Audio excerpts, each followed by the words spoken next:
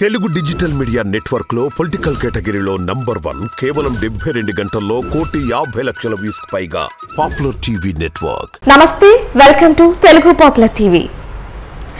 చాలా మంది ఏదో ఒక సందర్భంలో రుణం తీసుకున్న వారే ఉంటారు. ఒకవేళ రుణం సురక్షిత రుణాన్ని పొందాలని ప్లాన్ చేస్తున్నట్లయితే బంగారం మీద రుణం మంచి ఎంపిక. దాదాపుగా అన్ని బ్యాంకులు బంగారం తాకట్టు పెట్టుకుని రుణాలు ఇస్తున్నాయి. ఈ రుణానికి బంగారం పూచీకత్తు ఉంటుంది కాబట్టి సురక్షితమైన రుణంగా బ్యాంకులు పరిగణిస్తాయి. ఇక్కడ వ్యక్తులు తమ బంగారు ఆభరణాలు, నాణ్యాలు తాకట్టు పెట్టి బ్యాంకులు లేదా నాన్ బ్యాంకింగ్ ఫైనాన్స్ కంపెనీల నుంచి డబ్బు తీసుకోవచ్చు. ఇతర రుణాలతో పోలిస్తే బంగారు రుణాల డాక్యుమెంటేషన్ ప్రక్రియ, ప్రాసెసింగ్ ప్రీమియం తక్కువే ఉంటుంది. ఈ రుణాలు ప్రముఖ బ్యాంకుల్లో 8.45% వడ్డీ రేటు నుంచి మొదలవుతున్నాయి. బంగారు రుణాలు సాధారణంగా స్వల్పకాలిక ఆర్థిక అవసరాలను తీర్చుకోవడానికి ఉపయోగపడతాయి.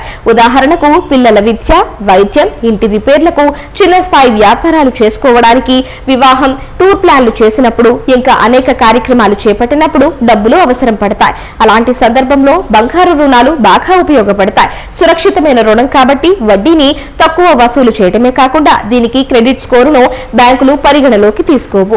గడువు కన్నా ముందస్తుగా రుణ బకాయిని చెల్లించేస్తే అదనపు ఛార్జీలను బ్యాంకులు వసూలు చేయటం లేదు.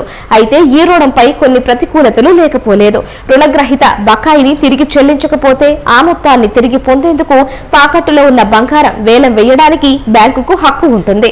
బంగారం విలువ అస్థిరంగా ఉంటుంది కాబట్టి రుణకాల వ్యవధిలో బంగారం విలువ గణనీయంగా పడిపోతే అదనపు బంగారాన్ని తాకట్టుగా పెట్టమని రుణగ్రహీతను బ్యాంకు అడగవచ్చు. వివిధ బ్యాంకులు, ఎన్బిఎఫ్సిలు బంగారు రుణాలపై ఎంతెంత వడ్డీలు చేస్తున్నాయో ఇక్కడ చూడొచ్చు. 2.5 లక్షల రుణంపై 2 సంవత్సరాల కాల వ్యవధికి ఈఎంఐ ఎంతుందో కింది పట్టికలో చూడండి. ఏదైనా బ్యాంకు బంగారంపై రుణం తీసుకునే వినియోగదారులకు మొత్తం బంగారం మొత్తంలో 75 నుంచి 90% ఇస్తుంది. ఇది మీ అవసరాన్ని బట్టి బంగారంపై రుణం తీసుకోవచ్చు. మనకు మార్కెట్లో 2.5 లక్షల బంగారం రుణానికి సెంట్రల్ బ్యాంక్ వారు 8.45% వసూలు చేస్తున్నారు. అంటే 2 ఏళ్లకు నెలకు 11,358 రూపాయలు వడ్డీ అవుతుంది. అదే యూనియన్ బ్యాంక్ 8.65% వడ్డీ వసూలు చేస్తున్నారు. అంటే 2 ఏళ్లకు నెలకు 11,381 రూపాయల వడ్డీ అవుతుంది. ఇండియన్ బ్యాంక్ వారు కూడా 8.65% వడ్డీగా వసూలు చేస్తున్నారు. అంటే 2 ఏళ్లకు 11,381 రూపాయలు వడ్డీ అవుతుంది. యూకో బ్యాంకు వారు 8.80% వడ్డీ వసూలు చేస్తున్నారు. అంటే 2 ఏళ్లకు 11,399 రూపాయలు వడ్డీ అవుతుంది. పంజాబ్ అండ్ సింధ్ బ్యాంకు వారు 8.85% వడ్డీగా వసూలు చేస్తున్నారు. అంటే 2 ఏళ్లకు 11,404 రూపాయలు వడ్డీ అవుతుంది. బ్యాంకు బరోడా వారు 2.5 లక్షల రుణానికి 9.15% వడ్డీగా వసూలు చేస్తున్నారు.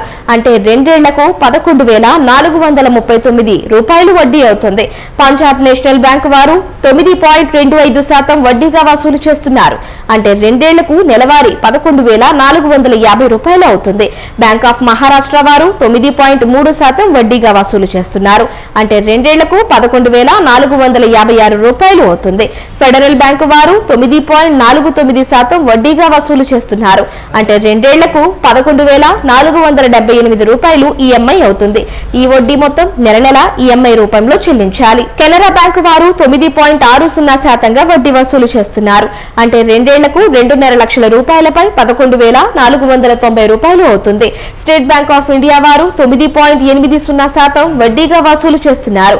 అంటే 2 ఏళ్లకు 11,513 రూపాయలు అవుతుంది.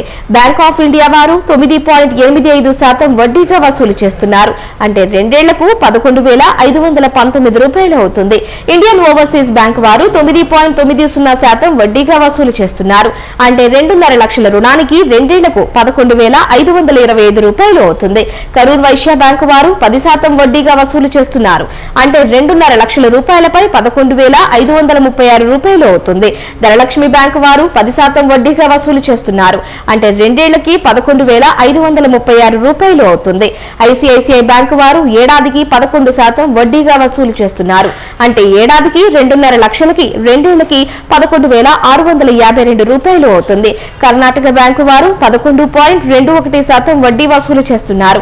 అంటే 2 ఏళ్లకు 2.5 లక్షల బంగారం రుణానికి 11,677 రూపాయల ఈఎంఐ అవుతుంది. ఇక ప్రత్యేకంగా బంగారం రుణాలు అందించే బజాజ్ ఫిన్సర్వ్ వారు 9.50% వడ్డీ వసూలు చేస్తున్నారు. అంటే 2 ఏళ్లకి 2.5 లక్షల రూపాయల రుణానికి 11,479 రూపాయల ఈఎంఐ అవుతుంది.